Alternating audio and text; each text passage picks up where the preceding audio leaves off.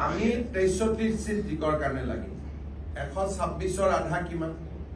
126 আধা হল 63 64টা সিট হলে সরকার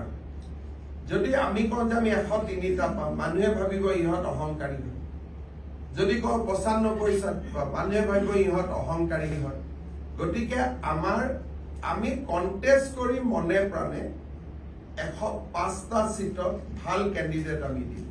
কিন্তু 64টা সিট পালে সরকার হয় গতিকে আমি এনেকুৱা শব্দ নকও যত নেকি কৰবাত মানুহে ভাবে যে অনুকৰ ইলেকশনত জিকাৰ কাৰণে অহংকাৰ হৈছে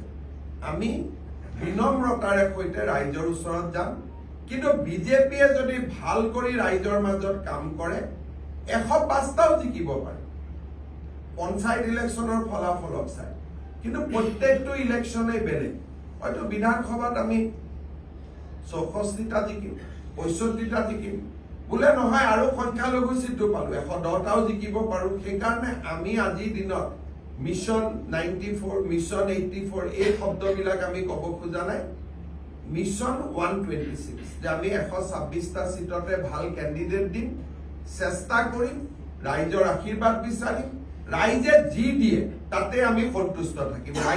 ৰাইজৰ ওপৰত আমি নহয় লাও যেনেকে পাতৰ তলত থাকে আমিও ৰাইজৰ তলত থাকিম